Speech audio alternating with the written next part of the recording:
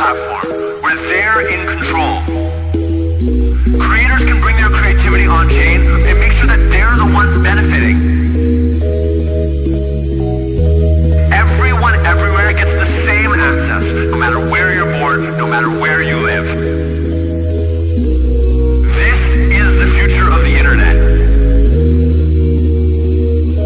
This is on chain.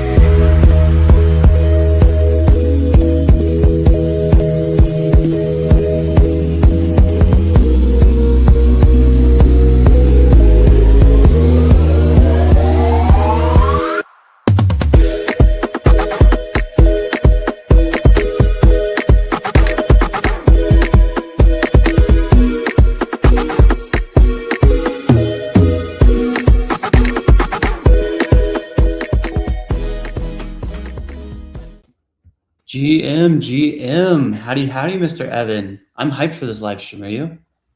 Good morning, Zach. Great to see you here. I am absolutely hyped out the doors here this morning.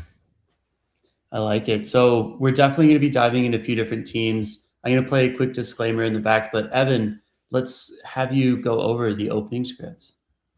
Let's go. So welcome everyone to our special Incubase 002 Meet the Startups broadcast. Today we will be spotlighting the 5 startups that emerged from the Base Batches builder track and are building the next wave of on-chain products. Base Batches 2 had over 1,600 applications.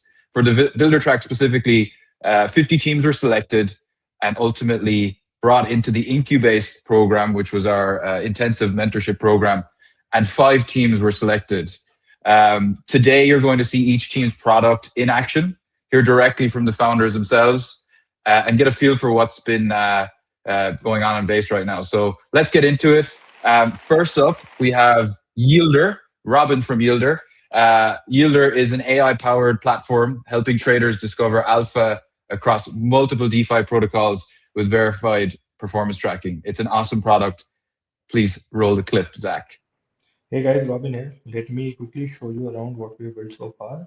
So, skipping the part where the agent is created, you can see I'm on the agent terminal. The agent has some information about my positions. I'm short on Avantis on ETH.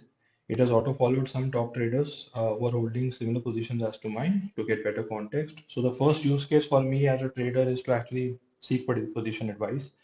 So let's say I'm looking to go long BTC at current levels.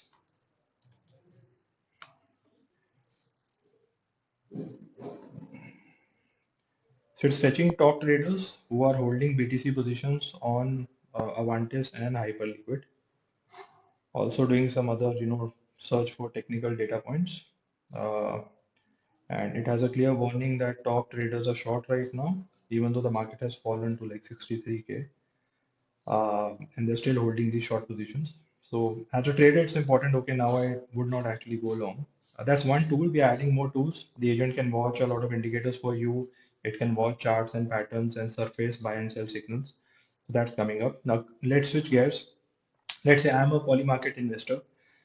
Find me top sports bettors and find their edge because I want to bet on that.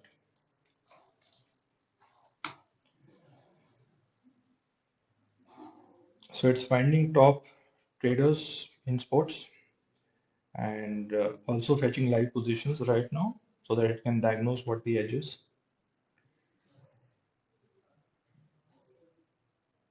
So it has identified a few traders. So one guy is clearly a NBA specialist. It's an insane win rate. Humanly not possible unless you have some insider info, I think. But yeah, so this is the idea, to help you discover alpha and edge in the market and make investment based on that as an analyst or as a quant for every trader or investor. What we are building next is a trader agent who can execute this alpha for you on base. We're also building a portfolio manager. Now, these 3 agents combined would become an army of every trader or investor in DeFi. And the end game for us is a platform where you can come here and launch AI native hedge funds using these 3 agents. So that's what we have for you. Thanks for watching. Happy to hear your feedback. Bye bye.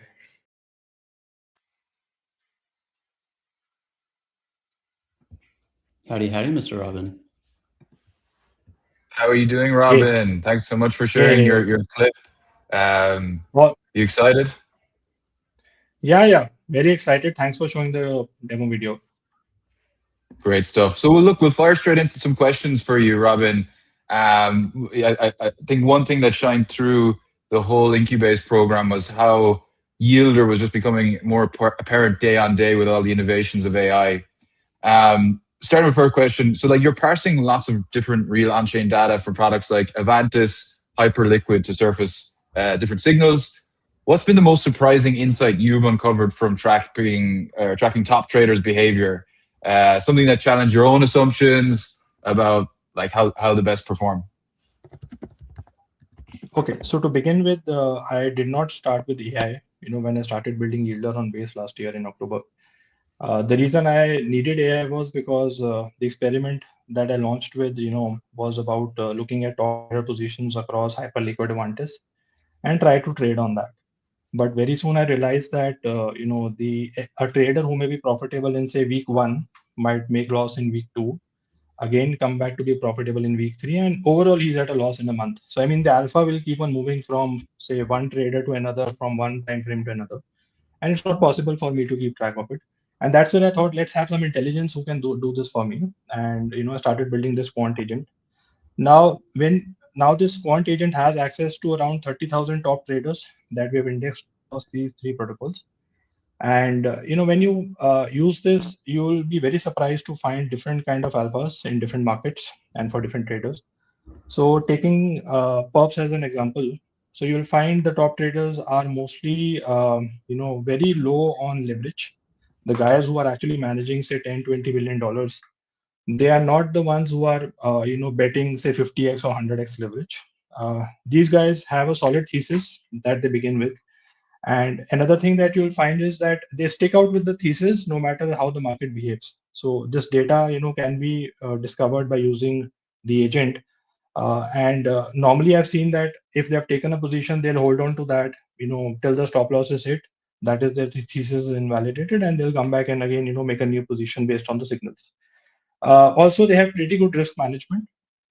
So again, leverage is a part of it. But overall, if you look at the win rates, the risk reward ratios that they're taking, they are very conservative and disciplined in terms of managing the risk on their portfolio. Uh, and if you say now take example of poly market or prediction market traders, here you can actually have even deeper insights from the intelligence. So I've been able to observe that there are traders who are very specific to a particular market. I mean, they have a particular edge. So there is a trader who is a NBA expert. He's winning like 9 out of 10 games betting on NBA. But the same trader might be losing, say, 7 out of 10 games on NHL, right? And that is bringing down his portfolio. Now, using this agent, you can actually find where to bet on, where this trader has an edge. And even you can drill down further. So let's say within, say, a particular category like soccer, if a trader is winning a lot there, maybe he's winning a lot betting on, say, Newcastle. And even further, maybe he's winning a lot when he's betting on Newcastle games at home compared to out of home games. So yeah, so that's the level of granularity, that's the level of knowledge and intelligence that the agent can surface for you.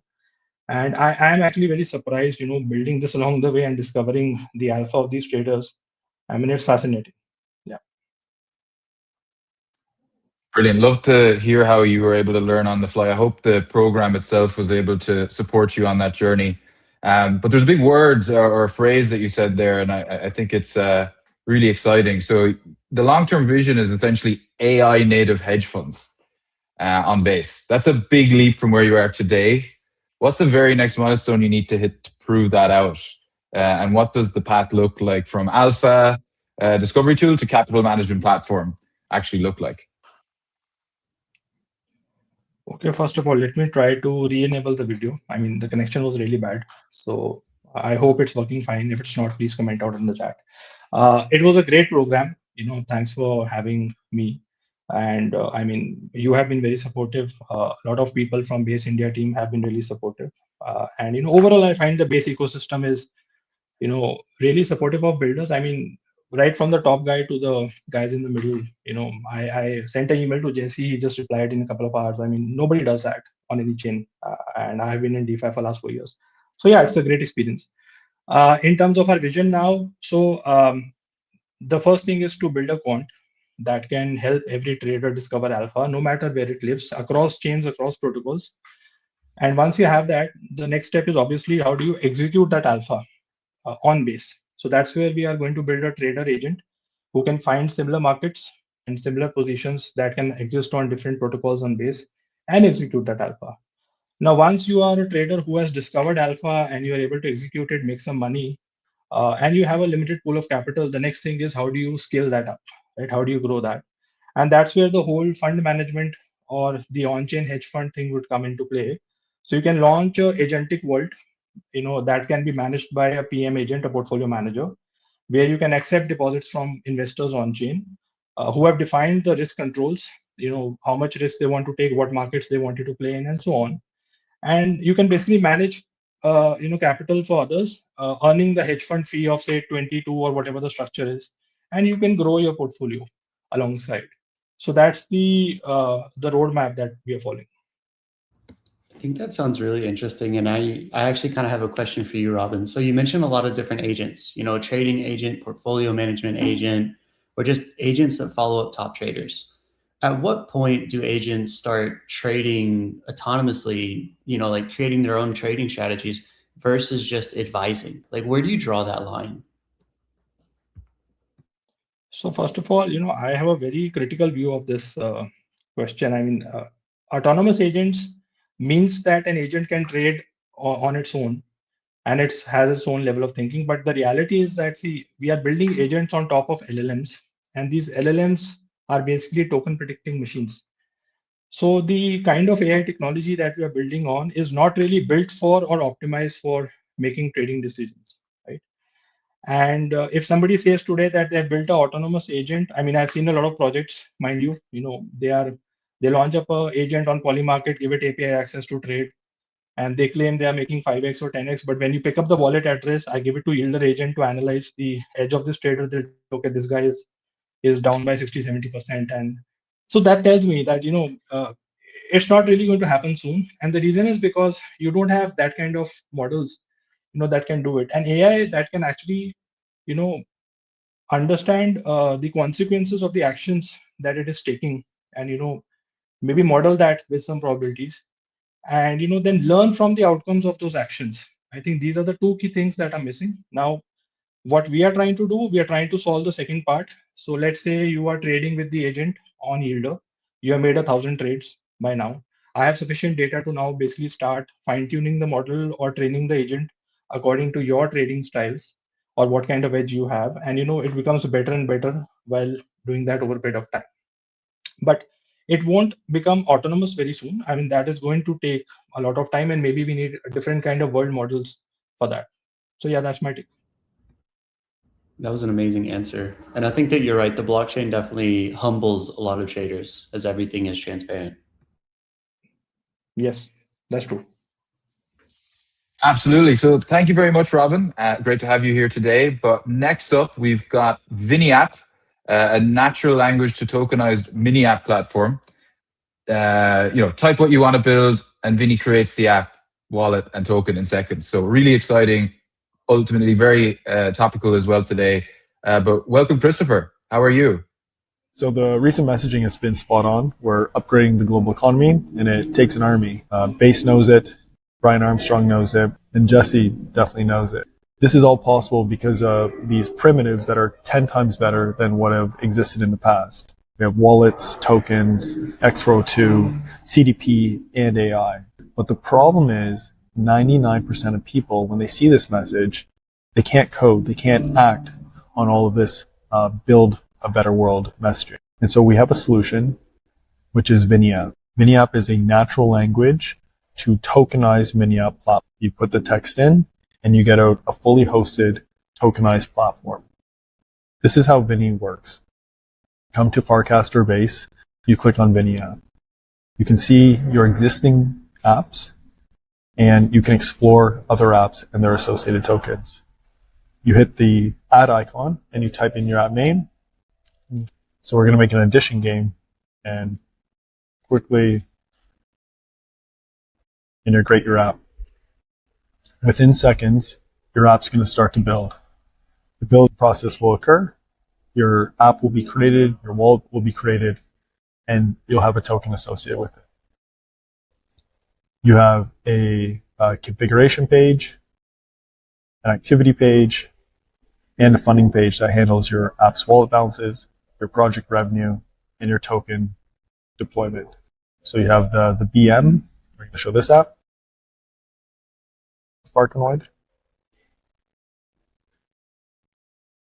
So you even have a mushroom jump game where you can jump and play these games.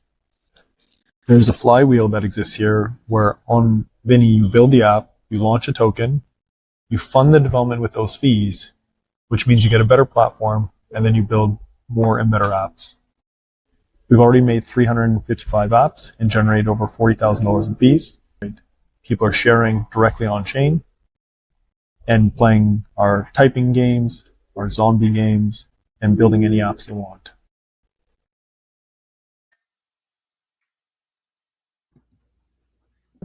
Amazing. Thanks so much, Christopher. That was great.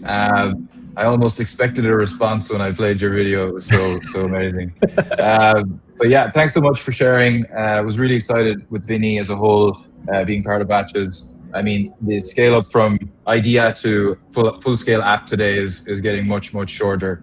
But yeah, some things you touched on: 355 apps and 40K in fees already generated. What's the most creative or unexpected app that someone has built using Vinny? Yeah, guys. You know, it's just crazy how fast we can kind of go these days from using AI.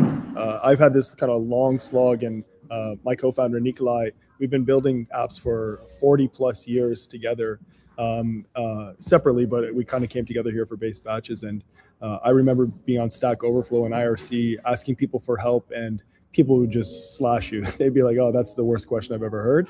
And now we have AI where you can kind of go to ChatGPT and you can say, hey, look, I have this problem. Help me out. And so that was kind of the first pass, and everyone's kind of like Claude Code, ChatGPT right now. But it really doesn't take into consideration things like hosting or funding or promotion of these applications. And so we have personally experienced these problems building businesses in the past, and knowing how important it is to kind of not only build your app, get help with your app, but also kind of have it hosted and deployed. So as you said, yeah, we've launched over 355 apps. Some of the most exciting ones so far is you saw in the video, there's one called BM. And I didn't quite realize how important the kind of the GM BM was in crypto, but Leo Satam, he created a BM app just again with a prompt, and we see the daily usage. People are using it every single day. They're coming in, they're clicking BM, they're tagging their friends, and so that's been really exciting. And then on the other side, we kind of get more ephemeral kind of community-based apps. Pauline, who runs Los Fomos, who's very active in kind of culture and fashion and is kind of from France and Paris. She actually recently created her first app, which was a typo app. And it was literally kind of going through the feed of the social feed, seeing who had typos in their messages. And frankly, I would have never thought somebody would build kind of a typo app, but it got a lot of interest. And then she actually just yesterday created her second app, which was a lyric guessing game app, where the app would show a lyric and people would have a little bit of time and be able to say who's the artist. And that's been really cool to see too. So what's cool is, I guess, the flexibility of Vinny, where you can build anything. And once you give people the capability to do it, then you start to see kind of what is uncovered or unearthed to the developers and what the creative mind thinks of. Yeah, I mean, I can see it with 355 apps. I'm kind of curious to know what your favorite child is, of all the apps, but we can't ask that on a live. Your ecosystem will come after you. But you've got this interesting flywheel to where people are not only building apps, but then they're funding the development through the apps that they're building by launching a token. I'm curious, what's your process whenever it comes to quality control, whenever anyone can kind of create anything? Like, how do you keep that ecosystem healthy versus just noisy? Yeah, that's a really great question. And you're right. With so many apps being developed and having it so easy to develop apps just with natural language, kind of type in your prompt and 10 minutes and a few dollars later, you have a fully hosted app. It means that anyone in the world can launch a token on Base and they can have a mini app that is shareable at a moment's notice. And so what we get actually is kind of a huge spectrum in terms of quality and different types of apps. Some people are really knowledgeable, other people, it's their first time. So I think what we do is we take the kind of traditional Google approach, which is kind of ranking the quality of the apps. And so you can imagine these apps, they have statistics associated with them in analytics. We actually just recently added in view counts and the kind of Google Analytics abilities for these applications. And so what that allows us not only to do is kind of provide data to the app developers to say, hey, this app is working, that feature that you launched is getting more views, or that promotional post that you posted kind of got your app more users. But with that, we can also kind of then have a trending feed or a popular feed, and then we can also kind of showcase the newest applications as well in kind of a separate feed too. So when people have their first experience, they're always kind of being displayed apps that are kind of popular and trending and kind of being used by a lot of people. And I think that kind of mimetic behavior, that kind of that social signal really helps us kind of get through the noise. Amazing. Nice claps. Yeah, I think what's great here as well is, firstly, I think I'm going to start using Vinny to build some mini apps. But I'd love for everyone here in the audience as well. I know you already touched on it already, like the types of people who can now build with Vinny, but paint a picture for me on who's the ideal user for Vinny app. Yeah, it's really interesting where we've seen so many people reach out to us all the time saying like, hey, I have this idea. And so we have certainly seen some apps where they are super high fidelity and like people that are deep into Web3. And like there was one guy asking for there was a RNG kind of algorithm that he wanted to work into his application to have like perfectly like cryptographic randomization for a very simple lottery app that he was making. So you kind of get the really kind of deep trenches, people that are really, really kind of in the weeds on development. But then you also get the people that are, again, it's the first time that they've ever developed. They've gone through life being told that apps are the way, technology is the way, but they have never labeled themselves as a developer or a builder. They just say, oh, that like, I'll get the devs to do it, I'll get somebody else to do it. And I think that we're in this kind of new phase where everyone is a builder, and we all kind of take this natural education, these baby steps from going, okay, I'm going to put out my first app. And Brian Armstrong actually has one of my favorite sayings, which is action creates information. And so this is one of those times where like action here can just be you thinking of something, writing it down, hitting enter, and now you have tons of information. You're going to learn about hosting, you're going to learn about tokens, you're going to learn about the build process, what can be built easily, what cannot be built easily. We integrate with Xrow 2, so that means what is Xrow 2, what services are available, why would you not want to use a traditional API versus an Xrow 2 service, what wallets do you want to use. So I think it's available to everyone, and I've never really seen something have such a wide palette in terms of who has access to this type of service. And so I think everyone, and it's really kind of up to the people that have that kind of initiative to use it. And then you guys, our team are certainly around to kind of help out and help people be their best selves effectively. Amazing. So no barriers to app development. Thank you so much, Christopher.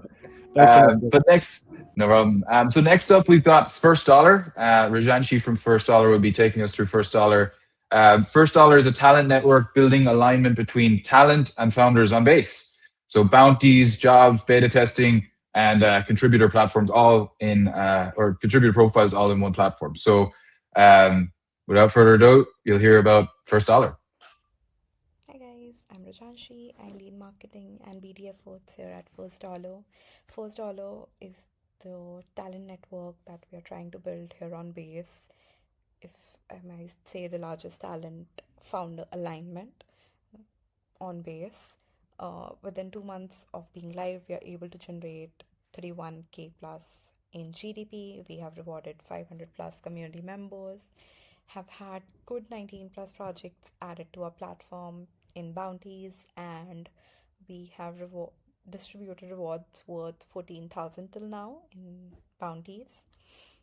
We have features such as bounties, shops, and radar room.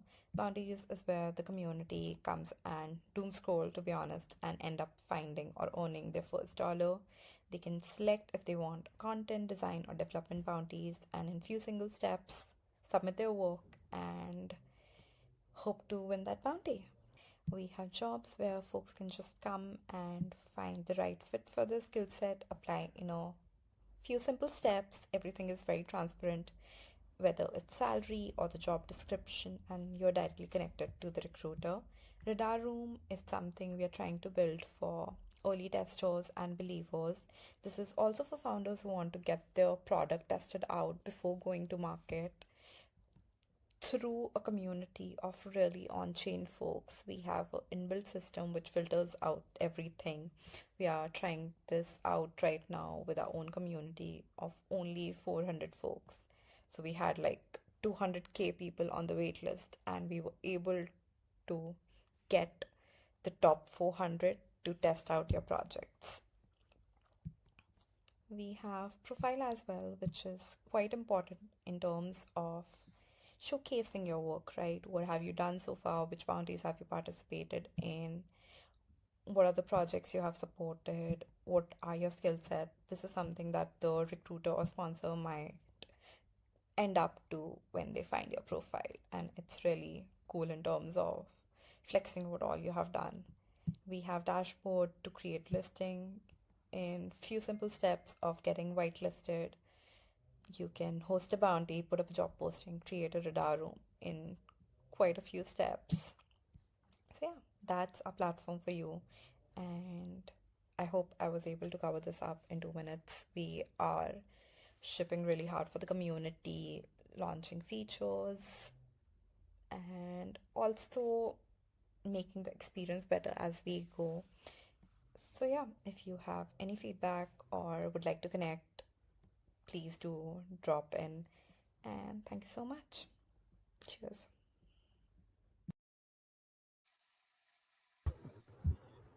Hey guys. Howdy, howdy. It's good to see you. So I love the video that you created. I've been following First Dollar for a while, and I do have kind of like a question that I've been begging at. So you've got over $31,000 in GDP generated, 14K distributed just in bounties alone, and 500 plus community members rewarded with over 19 projects supported. First of all, that's massive in 2 months. You should be very proud. And I know that you haven't slept at all. So congratulations. 2 months is crazy. What was the biggest unlock to get you where you are today? Like you've done a massive amount in the past 2 months. I'm curious, what was the biggest unlock for that? Thank you so much, Zach. I didn't think that it was that obvious that I haven't slept in a while with that video, but yeah. Okay, so I would say the biggest unlock has been building with the right motive from day one. We were quite sure that we want to go all in on the talent and founder alignment here on base.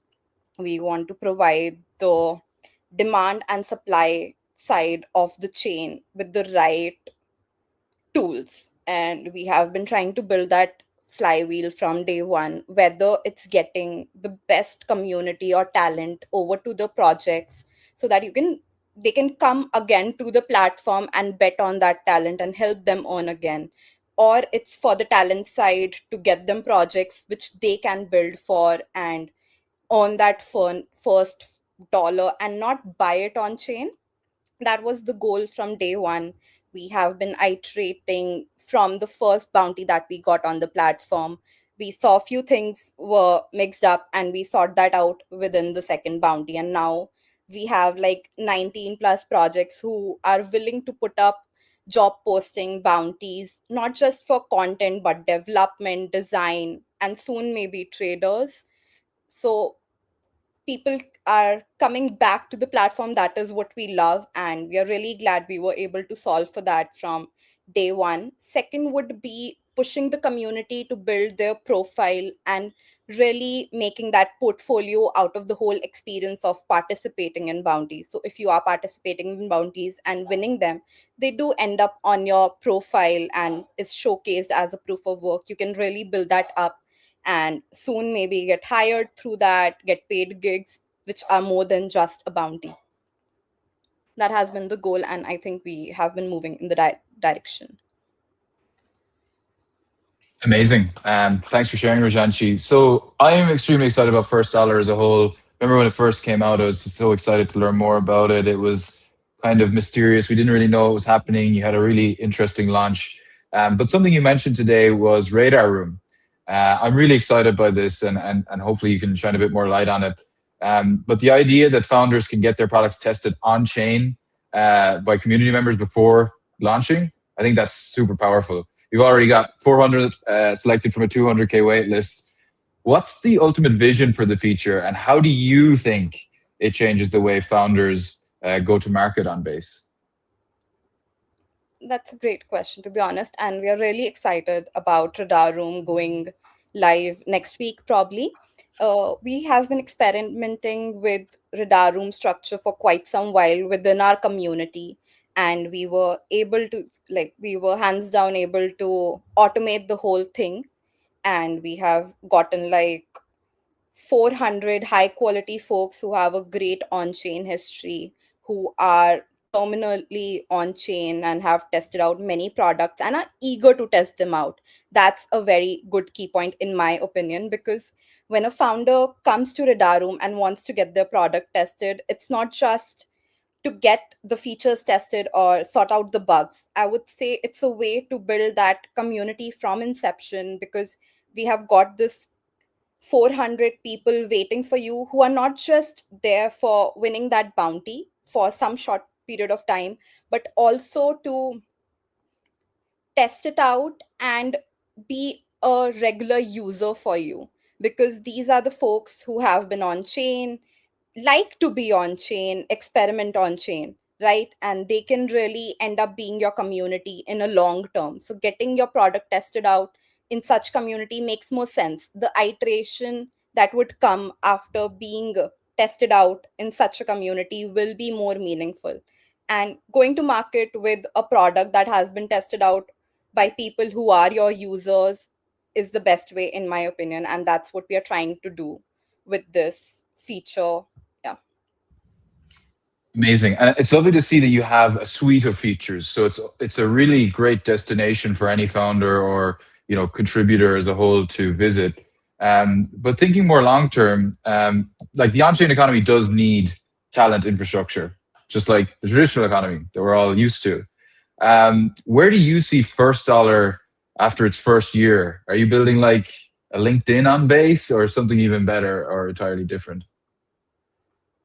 Well, LinkedIn for sure. 1 year down the line, personally, I would like to see First Dollar as the best talent founder alignment, talent infrastructure on Base, where we are serving the community with a lot of features that are really helpful. Like if it's bounties, we are not just helping out creators create content for companies, but also developers getting that first gig, traders getting paid to trade in contest, or designers bringing their creativity out there, them really pushing out on profiles and building that repo within the community, and they don't have to look in different places, but work finds them right through the profile that they have built over the year.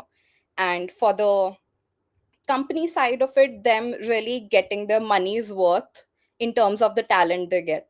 So right now also we have been getting really good feedback from the companies that we have, that this is better than we expected. Like usually when you do end up spending money, you do get a little bit of AI slops, but you guys have solved for that with different testing layers, and we do appreciate that. So we would like to make that 5x better and really get companies the best talent on chain here on Base, and build that largest talent infrastructure as we go. We have like, we learn the way as we go on the way, for sure. We have been doing that to push that. Amazing. Let's go. Thank you so much, Rajanshi. If you haven't checked out First Dollar, be sure to connect with the team for all you founders out there and anyone who's looking to contribute to other founder journeys. So thank you very much. But next up, we've got Dam with two M's. Japheth, please hear from Japheth. Here we go. Welcome to the Dam demo. So we're gonna open it and add it. Why not? So now I'm gonna sign in.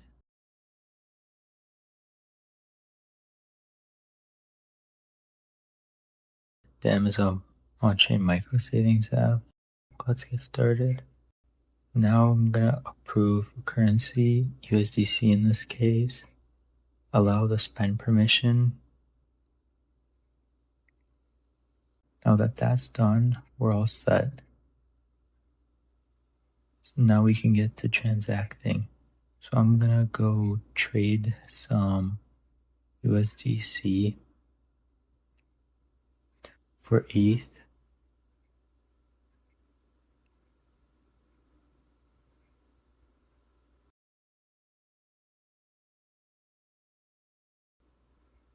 Confirm that.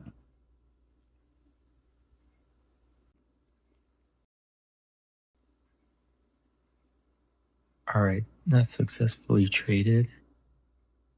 And now we can go back and we can see a notification that 50 cents of USDC has been saved. As we can see, we saved 50 cents of USDC into a Morpho vault. And we can also go and swap tokens. So let's set a token. Let's do Clanker. And that's it. Now we can go transact again. I'll go trade for ETH again.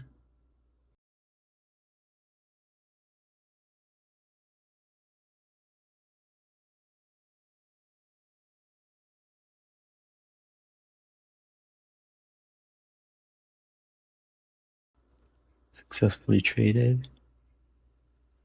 We can go back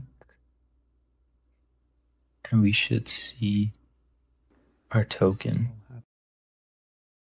Yep, right there. 50 cents of Clanker was swapped. And we see that it was successful. This all happened automatically on the back end, so the user doesn't have to worry about anything. They just set and forget. Thank you for watching the demo.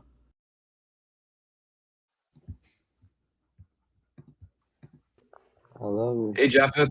How are you? Thank you so much for your demo. I think it's really exciting. I, for one, have always been an advocate of trying to save wherever possible. I've used different apps in Europe for doing so, like, saving on my spending, a couple of cents here and there. I think we all know, like, in the longer run, it's instead of doing like all at once, it's easier to do things over time. And I think that's exciting. I've been doing it in the Web 2 scene, and you're now bridging that into Web 3 products, which I think is so fantastic. You mentioned the set and forget savings model. It's powerful. Walk me through the user psychology. Like, in general, why do you think saving 50 cents per swap is better than, telling someone to put $50 in a savings product at once? Yeah, definitely. So the first thing is like the pain threshold and the decision fatigue. So when someone goes to deposit $50, it's a real decision. Like, can I afford this? What if I need it later? So most of the time that never happens, but that 50 cents per roundup is below the threshold. So most people literally don't feel it. For example, if you swap $14.40, it rounds up to $15. You don't notice the difference of that 60 cents. And the automation removes the decisions. So with traditional savings,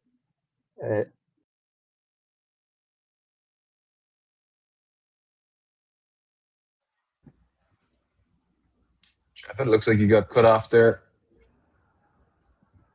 No worries, no worries. Evan, I think one of my favorite comments about Yosef so far is he has a very heavenly voice. It's very Definitely. ASMR. I like it. So if he doesn't come back, my ears will definitely be sad. Yafis, are you still there?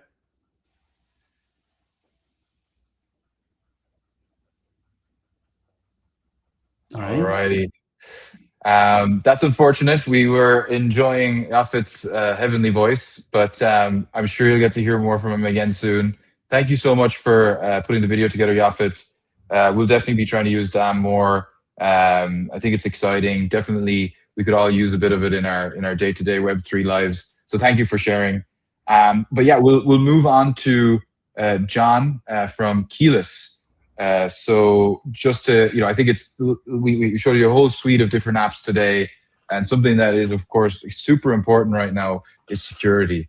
So Keyless, provides a secure API key management for your AI agents.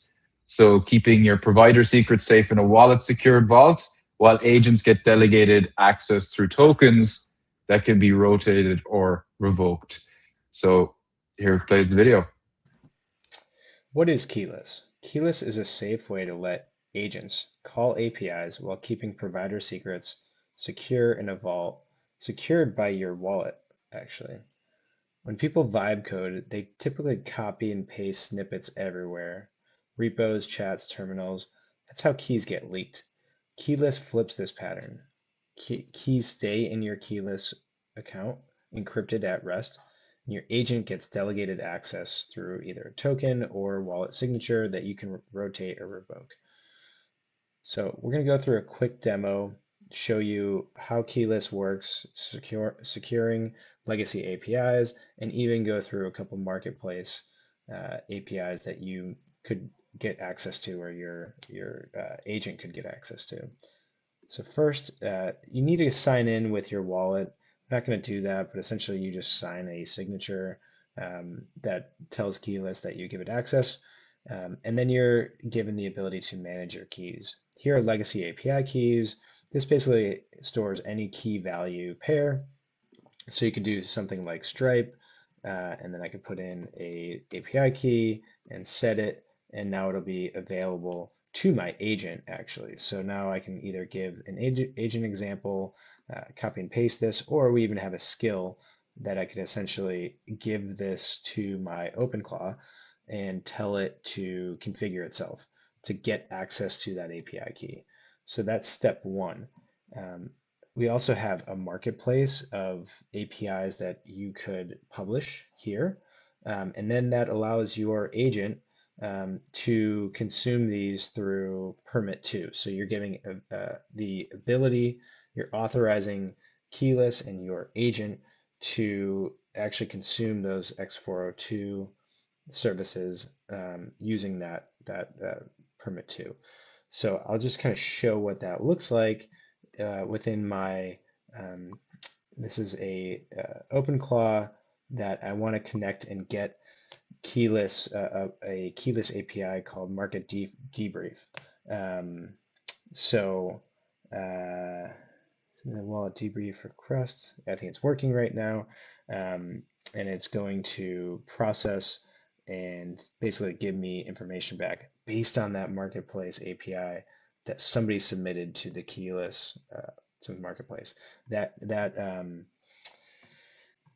If we go back to this service, it costs a penny to do. So every time someone is doing this, they need to pay basically a penny. So I'm creating a business out of this service that I'm providing. And here we go. My OpenClaw now has processed this, and it said, here is the information. Here it's a total value of $230, and the top tokens are USDC and ETH, and I'm using Ambire for this. So that's connecting it to OpenClaw. So now all this is basically ready to go. I have a fully working API based on, that's a 402 API, but I can connect legacy APIs. I can do so many things within this interface and connect it to OpenClaw and really enable it to do much more than it could do without access to these services.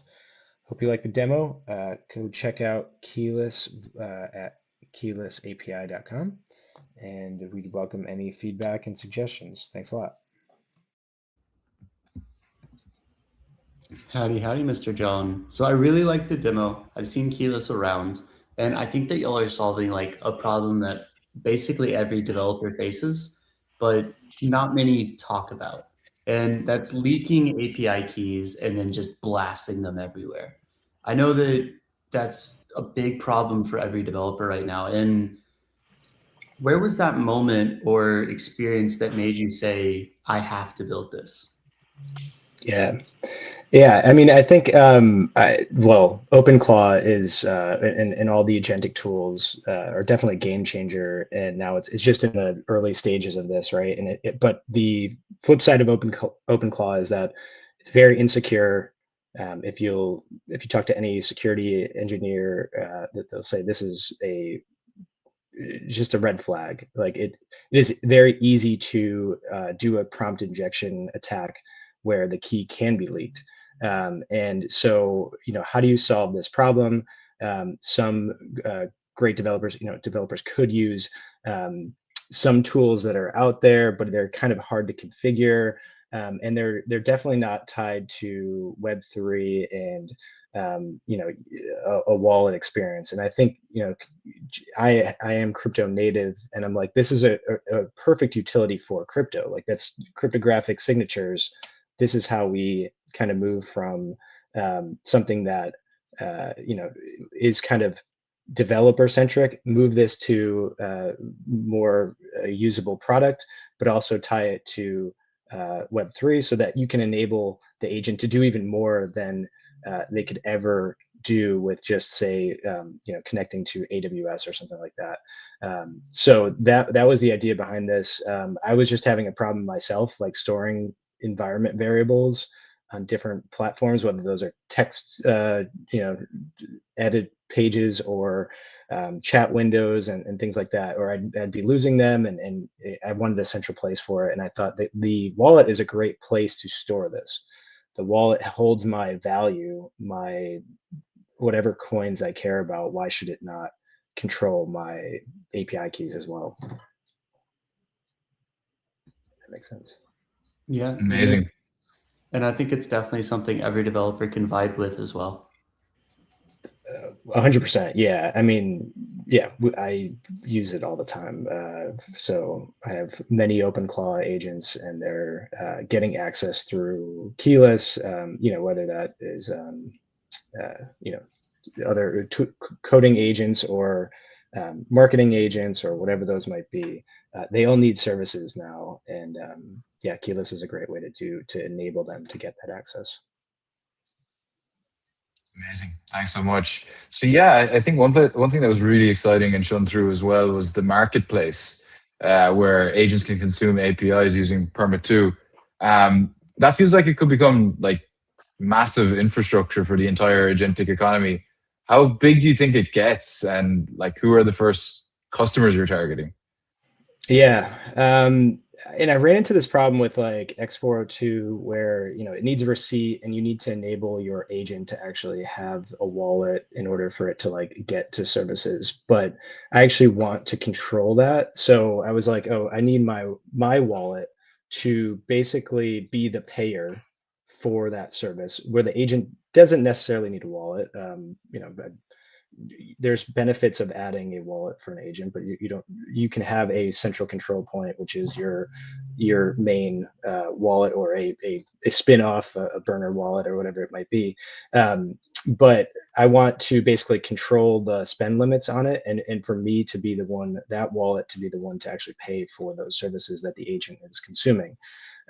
So I saw all of those issues with this, and Keyless allows you to do all that by having a proxy contract that we've enabled. So essentially, we route the 402 payments, get a receipt, and then make sure that the agent has access to that service, and allows for the payment. But then you could create X402 services as well, So if you wanted to build, I think a lot of the new way of thinking of agents is they're going to basically be curators of information and services. So they have the ability to take, for example, like on-chain data. If I really wanted to do something that's, the agent can give me a way to view my wallet in a different sense. Like maybe it's here's tokens that you should be aware of that just had a rug pull or some sort of event on chain. They'll be, I could chat it in a window and say, look at my portfolio, see if there's anything that is of interest to me. Maybe there's news related to tokens I hold. That is something that they need information to do that. They need API keys, or they need like access to that data to do that kind of work. But then they could build that service for others to use and build businesses out of that. So I'm hoping that agents are actually adding to this marketplace as well. So I think they could be the first users, and we're starting to see that already, where they're kind of coming up with new ideas and new spin-offs from things that they're looking at, which is kind of cool. Amazing. A marketplace for agents by agents.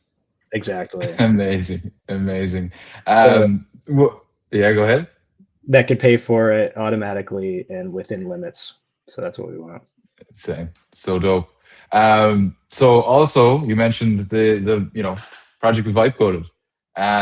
What do you think today the experience is like, and what does this mean about the future for building on Base, building apps without a coding background, especially when you can ship a product like this? Yeah, I think it is. I have a product background, right? And I think it allows folks that are, might otherwise be like afraid of getting into this is, it's a technical product, but allowing you to, I don't think I would have ever been able to do something like this a few years ago. Now, we are now at a point where it is available. I think everyone's becoming developers. We are now democratizing the layer of, building. AI is a excellent coder at this point. And so this is only going to increase. People should be, if you have an idea, ship it, and see,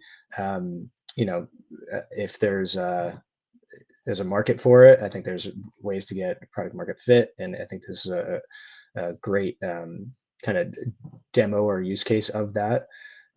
But yeah, also you need to just allow for services. How do you market that? How do you get user feedback? How do you do all of the things that a true business does? I think that's where agents come into play. So you could have a coding agent, you could have a marketing agent, you could have a biz dev agent as well. So all of these things are really, that's the future of how we're going to be working. And you just need to orchestrate it. The human becomes the orchestrator. Yeah. Amazing. Thanks so much, John. Guys, check out Yeah. Keyless. I will loop back now just for a moment. We had some issues with Dam. Yafet's microphone cut off first, but just to give the one-liner again, Dam is an automated on-chain micro-savings app. Every time you swap tokens, a portion automatically saves into a yield-generating Morpho vault. Now, I know you got cut off about halfway through the second question that we asked Yafet, but maybe I'll let Zach ask the question again, and we can run it from there. Hopefully the mic stays on and stays running this time. Real quick, can you speak just a little bit more? Sorry? That's fine. I'll take it. So you're plugging into Morpho vaults for a yield. And I'm curious, how do you decide which vault to like plug in and use? And what happens as more DeFi yield opportunities emerge on Base? Like, does DAM just become the router where the majority of our savings go? Yeah, so why Morpho was first is because it's battle tested, $2 billion in total value locked. It's audited, proven, and every crypto user wants stability and trust and solid stablecoin yield with minimal risk. So conservative stablecoin yields are around 50% for most like the trusted Morpho vaults, and for the like more risky ones, it's higher. And we also Morpho is one of the options to save, but we also do investing. So you could turn that roundup, like you could swap it into a token. For example, tokenized stocks, CBBTC, your favorite creator coin or meme coin, and that gives you possibility to 5x, 10x your savings, which you don't get in Web 2.